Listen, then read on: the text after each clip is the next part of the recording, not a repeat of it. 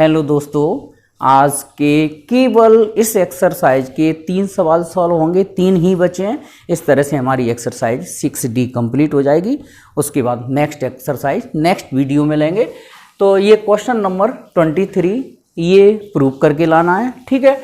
अब हम इसमें देखते हैं कि अगर मैं कॉलम मीन्स वर्टिकल ऑपरेशंस, तो वर्टिकली अगर मैं सब्ट्रैक्ट करता हूं, जैसे सेकंड रो में से फर्स्ट कॉलम माइनस करूं, थर्ड कॉलम में से फर्स्ट कॉलम माइनस करूं, तो कुछ भी कॉमन नहीं बन रहा। हाँ, तो जब हम ऐसे सोचते हैं, जब सवाल सॉल्व करते हैं, तो इस तरह की कैलकुलेशन माइंड में करते हैं।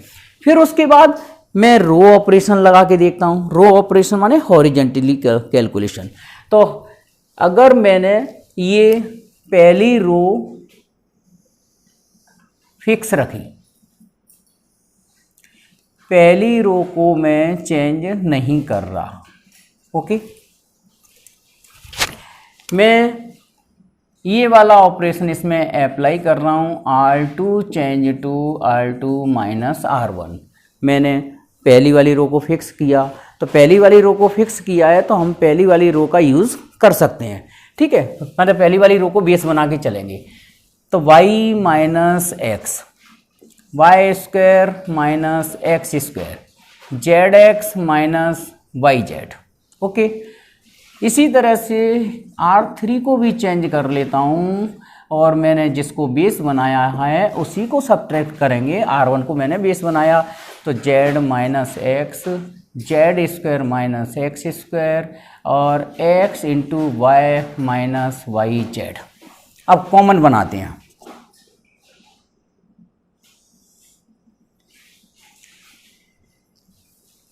एक्स स्क्वायर, पहली रो में हमने कुछ भी चेंज नहीं किया है। इसमें ऐसा करो, माइनस कॉमन कर लो तो एक्स माइनस वाई, इसको भी माइनस कॉमन करके एक्स माइनस वाई और एक्स प्लस वाई लिख दिया जाएगा। और इसमें भी जेड कॉमन कर लो तो ये बचेगा, मतलब यहाँ से जेड कॉमन कर रहा हूँ इसमें, तो ये बचेगा एक्स माइनस वाई। इसी तरह से जेड माइनस एक्स, मतलब साइक्लिक ऑर्डर का मैं ध्यान रख रहा हूँ, ठीक है। इसको हम जेड माइनस एक्स और जेड प्लस एक्स, और इन दोनों में से कॉमन आ रहा है हमारा कितना, y कॉमन आ रहा है, तो x माइनस जेड, तो माइनस वाई कॉमन कर लेता हूँ, जेड माइनस एक्स। ऐसा क्यों कर रहे हैं? देखो यहाँ मैं देखता जा रहा हूँ, मेरे को x माइनस वाई चाहिए था तो x माइनस वाई बना लिया सब जगह। मेरे को z माइनस एक्स चाहिए था तो z माइनस एक्स बना लिया। अब हम कॉमन कर लेते हैं, taking common x minus Y and z minus X from second row and third row respectively. चलो कॉमन कर लेते हैं, x माइनस वाई और z माइनस एक्स। कॉमन करने के बाद पहली रो तो जैसा का जैसा लिख ही दो, इसमें तो कुछ किया ही नहीं है। यहाँ बचेगा माइनस का 1, यहाँ बचेगा माइनस का x प्लस वाई, यहाँ बचेगा प्लस का z, और ये बचेगा 1 z प्लस एक्स, और यहाँ बचेगा माइनस का y। ये पोजीशन आई। अब हम यहाँ पर एक जीरो तो बना ही सकते हैं, ओके। इन दोनों को ऐड कर दो, ठीक है। तो R2 change to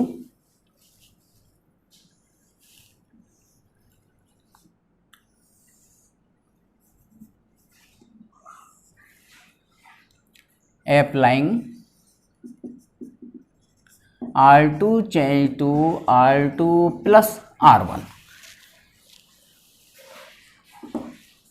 x minus Y by Z minus X, और R1 कुछ नहीं करना है, जैसा का जैसा लिखिए, वाई जेड। हाँ, R2 चेंज कर रहा हूँ तो माइनस वन कितना हो जाएगा, 0।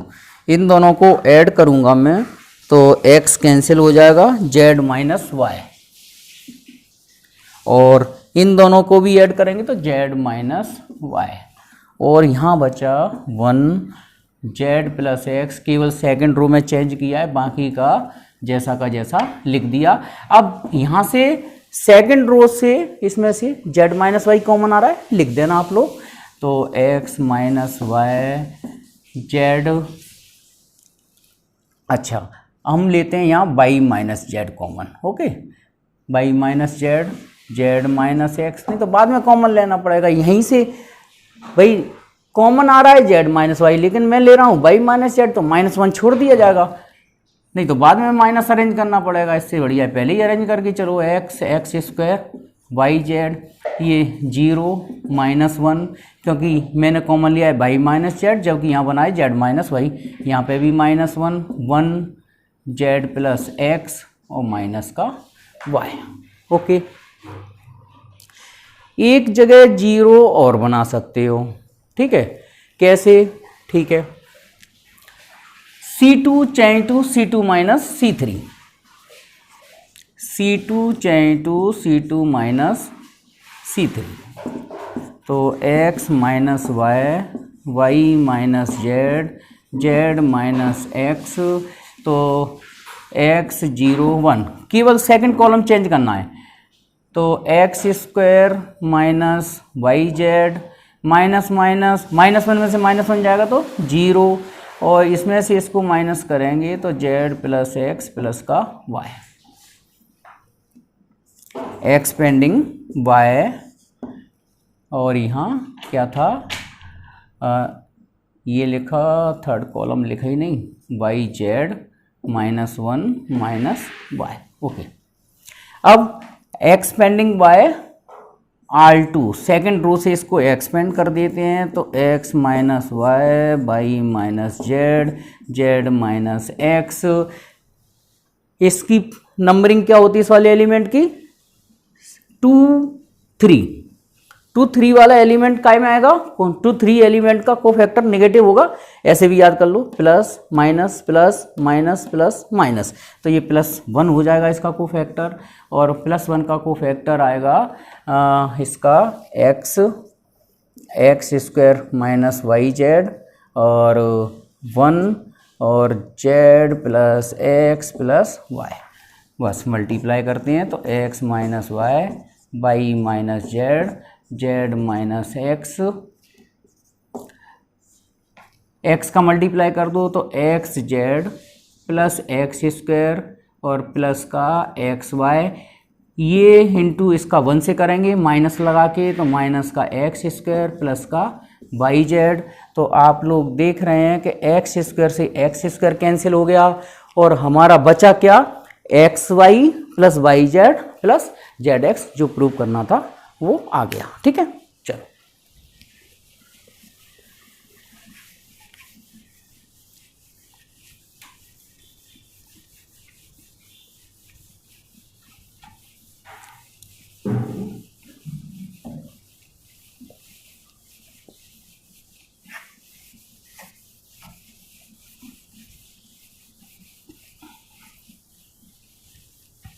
अब लेते हैं question number 24 second last question, exercise 6D का question number 24। ABC real numbers हैं और प्रूव करना है दिस इक्वल टू 0, ये गिवन में दे रहे हैं, B plus C plus A plus B, C plus A और A plus B, B plus C, A plus B, B plus C, cyclic determinant है ये, और ये 0 गिवन है, और हमें ये प्रूव करके जो लाना है to prove A plus B plus C 0 होगा, या A equal to B equal to C, या फिर तीनों रियल नंबर्स इक्वल होंगे। तो इस क्वेश्चन में ये लिखा है, ये डिटर्मिनेंट अगर 0 है तो प्रूव करिए A plus B plus C equal to 0 बताइए, या ए और बी और सी तीनों को इक्वल शो करके बताइए, प्रूव करके बताइए। तो देखते हैं ना, इसमें हमें ये प्रूव करके लाना है, तो LHS RHS दोनों लेके चलना पड़ेगा।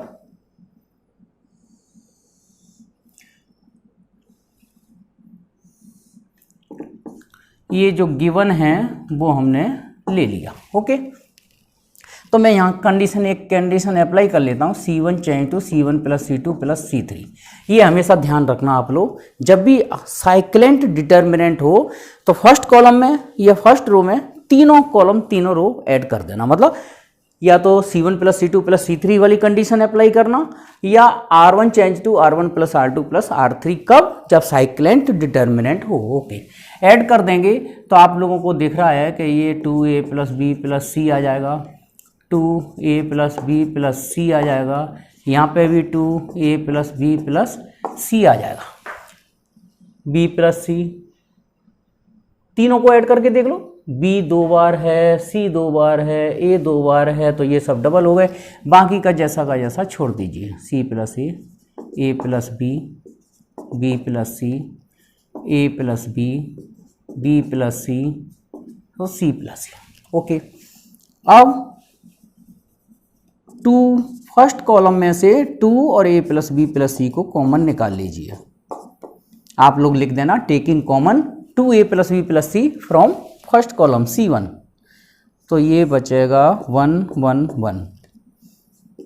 जैसे ही तुम्हारा कॉलम में 1 1 आ जाए, समझ लो सवाल की दम खत्म, सवाल की दम खत्म हो गई। अब कुछ नहीं बचा है इसमें।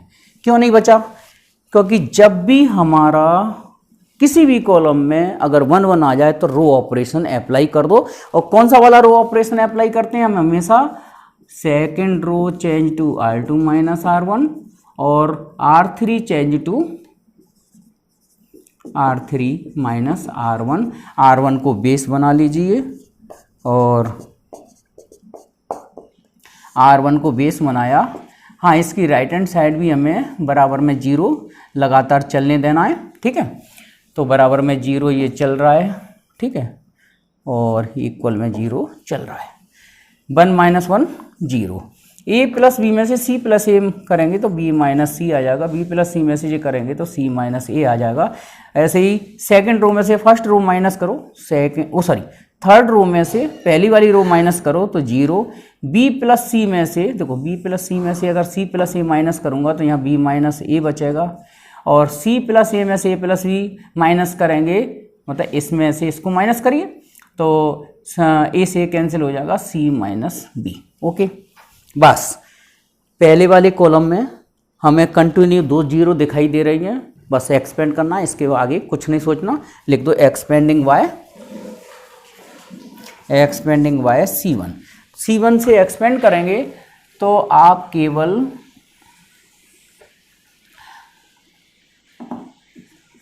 A प्लस बी प्लस सी, 1 का कोफैक्टर B माइनस सी और B माइनस ए और C माइनस ए, और इसको माइनस कॉमन लेके B माइनस सी कर दूँ, मल्टीप्लाई करने में आसानी रहेगी। 2A प्लस बी प्लस सी, ये बन जाएगा B माइनस सी का होल स्क्वायर,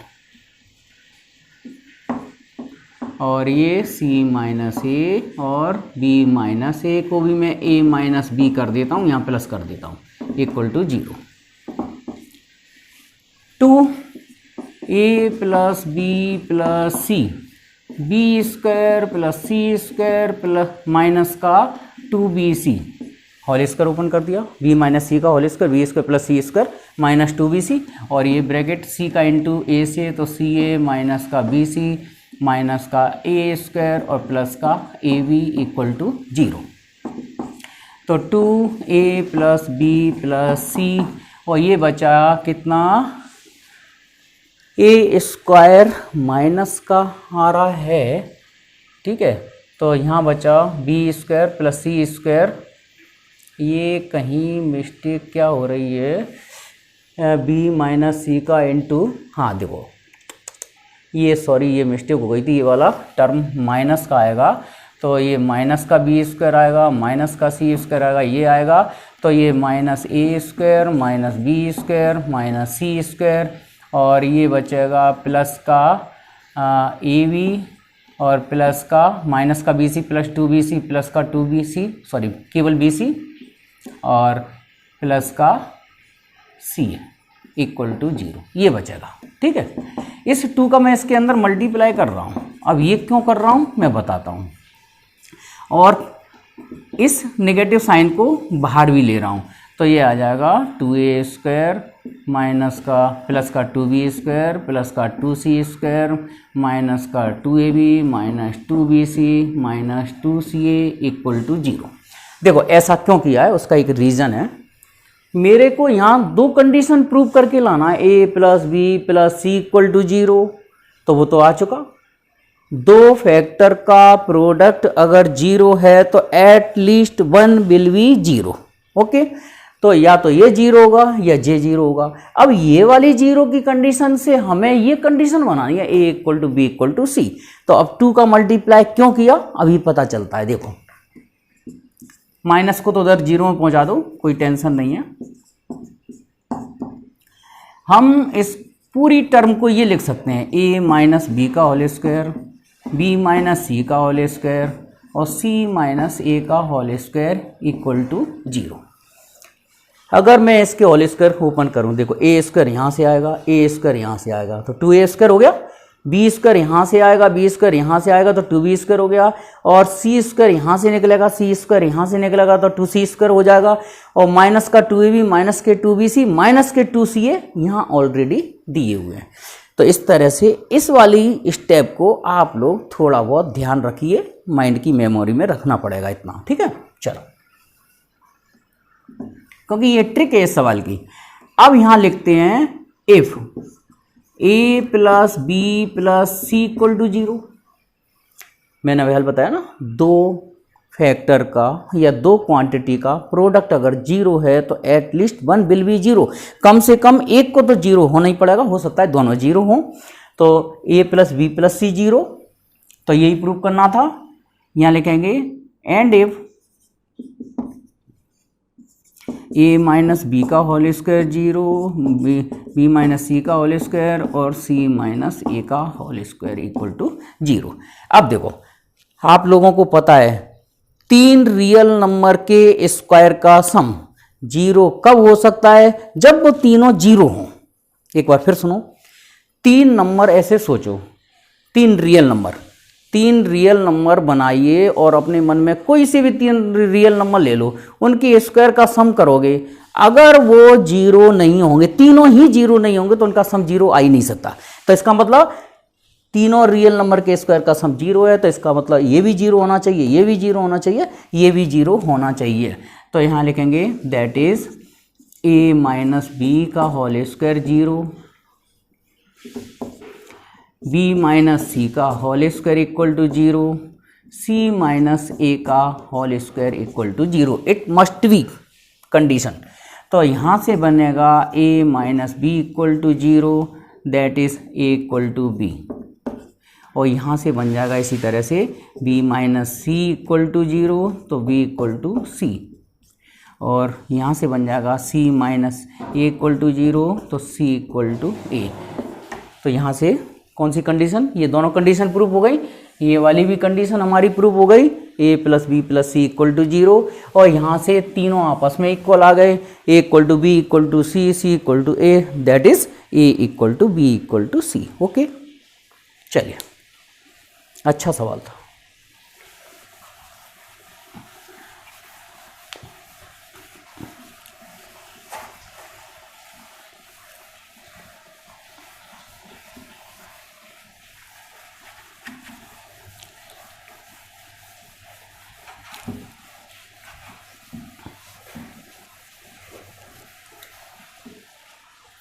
हाँ जी, एक्सरसाइज 6D का लास्ट क्वेश्चन, ये भी बहुत बढ़िया है। ये दोनों सवाल, तीनों ही सवाल, तीनों के चारों 22, 23, 24, 25 चारों की चारों सवाल एनसीईआरटी बुक के हैं। Question number 25,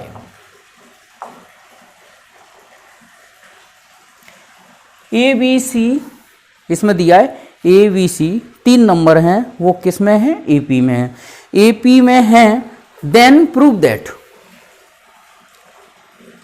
if ABC in AP, then to prove x plus 2, x plus 3, x plus 4, x plus 3, x plus 4, x plus 5, x plus 2a, x plus 2b, x plus 2c equal to 0। देखो ये competition के हिसाब से भी ये अच्छा question है। Competition में भी ये ट्रिक होती है, अगर किसी डिटर्मिनेंट के सारे रो के एलिमेंट या सभी कॉलम्स के एलिमेंट्स अगर AP में हैं तो उस डिटर्मिनेंट की वैल्यू 100% 0 होगी। अब ये AP में क्यों है? देखो पहला कॉलम देखो x plus 2, x plus 3, x plus 4 AP में है, x plus 3, x plus 4, x plus 5 ये भी AP में है, और ये भी AP में है, क्योंकि ABC कोई से भी 3 नंबर सपोज कर लो, कुछ भी, जैसे 1 2 3 1 2 3 ले लें तो ये भी नंबर्स किस में हो जाएंगे? AP में। 2 4 6 कहने का मतलब ABC अगर AP में होंगे तो इस डिटर्मिनेंट की वैल्यू 100% क्या होगी? 0। चलो प्रूफ करके देखते हैं।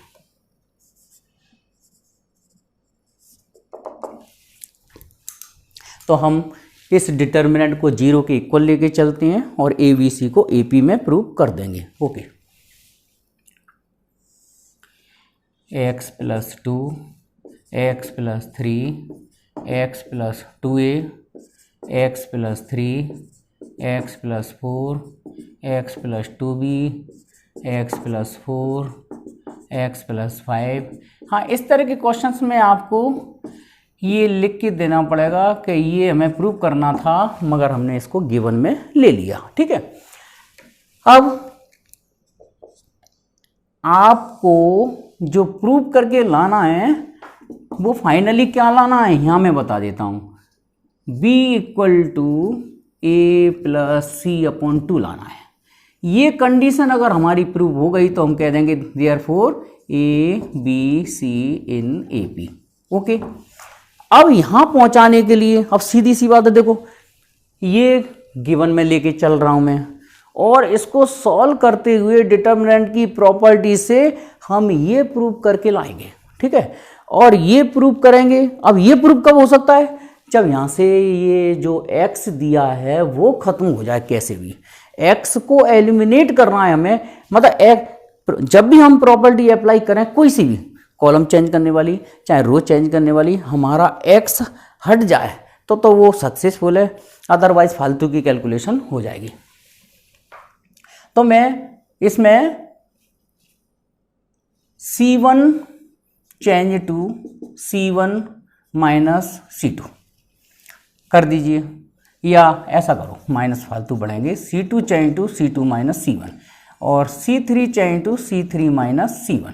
C1 को मैंने बेस बना लिया और C2 और C3 को चेंज कर रहा हूँ। x plus 2, x plus 3, x plus 4 minus करिए तो 3 2 1, 4 3 1, 5 4 1। ओके, और जब 1 1 मिल गया तो जो समझो टेंशन ख़त्म, x प्लस 2b और x plus 2c।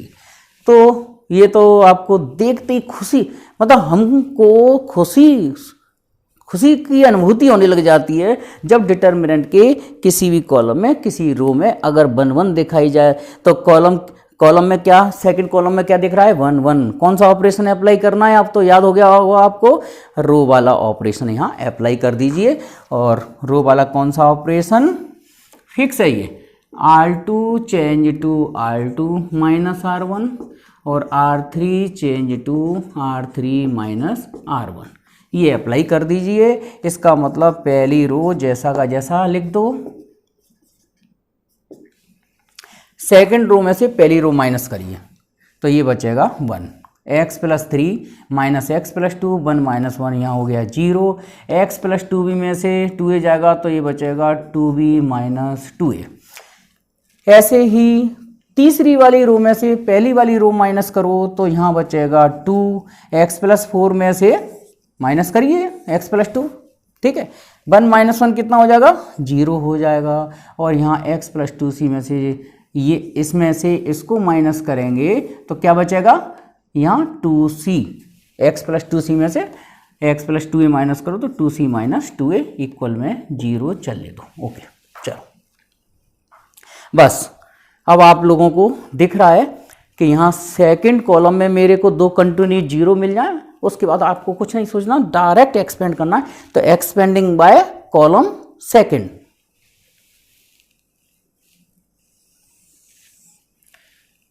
Expanding by C2 से एक्सपेंड कर दो, कॉमन तो कुछ चल नहीं रहा, ये एम्प्लाइज के साइन चलने दो। जब इक्वल में 0 चल रहा हो तो x प्लस 1 का कोफैक्टर -1 लेना पड़ेगा, हालांकि -1 का मतलब इस 1 का कोफैक्टर आएगा 1 2 और 2b माइनस 2a और 2c minus 2a equal to 0। हम जो चाह रहे थे यहाँ तक रिजल्ट पहुँचाने के लिए हमारे सारे x खत्म हो चुके हैं, मतलब x जो वेरिएबल चल रहा था वो अब बिल्कुल नहीं बचा। हमें यहीं से कॉन्फिडेंस बन गया हमारा कि जो हम चाह रहे हैं वो हमारा रिजल्ट 100% क्लियर प्रूफ हो जाएगा। कर दीजिए क्रॉस मल्टीप्लाई, -1 का तो कोई सेंस नहीं है, छोड़ दो। तो 2c minus 2a minus 4b plus का 4a इक्वल टू 0। इसका मल्टीप्लाई इससे करेंगे तो 2c माइनस 2a, माइनस 2 का इंटू 2b से करेंगे, माइनस लगता है ना बीच में फैक्टर, तो जो फैक्टर के बाहर माइनस लगता है तो माइनस का 4b और प्लस का 4a। तो यहाँ से क्या बचा, 2c माइनस का 2a प्लस के 4a मीन्स 2a बचा, माइनस के 4b इक्वल टू 0। अब इसमें से 2 कॉमन कर लेते हैं तो c plus a minus 2b equal to 0। अब देखो आप लोगों को एक बहुत बढ़िया कॉन्सेप्ट बताऊं। वो कॉन्सेप्ट क्या है कि सब लोग, अधिकांश लोग, सब लोग नहीं, अधिकांश लोग तो जो मैथमेटिक्स के वाकई में विद्वान लोग होते हैं वो कभी ये नहीं कहते कि 2 0 में चला गया। ओके, 2 0 में चला गया। सामान्य लोग क्या समझते हैं कि 2 का डिवाइड 0 में हो गया तो ये बचा। गलत, ये गलत कॉन्सेप्ट है। क्यों भाई, हम 2 को यहाँ रखना चाहें, इसको क्यों नहीं पहुँचा रहे 0 में? भाई जैसे हम कह रहे हैं कि 2 को उधर 0 में पहुँचा दिया, ठीक है।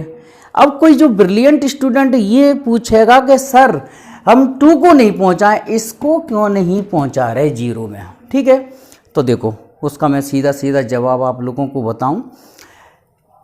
2 और ये 2 फैक्टर का प्रोडक्ट या 2 क्वांटिटीज का प्रोडक्ट अगर 0 है, 2 राशियों का गुणनफल 0 है तो उनमें से हर हालत में एक को तो 0 होना ही पड़ेगा, कम से कम दोनों भी 0 हो सकती हैं। तो यहाँ पर क्लियर दिख रहा है कि 2 तो 0 हो नहीं सकता, ऐसे लिखा जाता है। 2 तो 0 हो नहीं सकता, ये तो दुनिया जानती है। तो 2 0 नहीं हो सकता, इसका मतलब c plus a minus 2b equal to 0 होगा। तो c plus a equal to 2b, तो b equal to c plus a upon 2, therefore ABC in AP। इस तरह से हम प्रूव कर देते हैं। Thank you. ओके।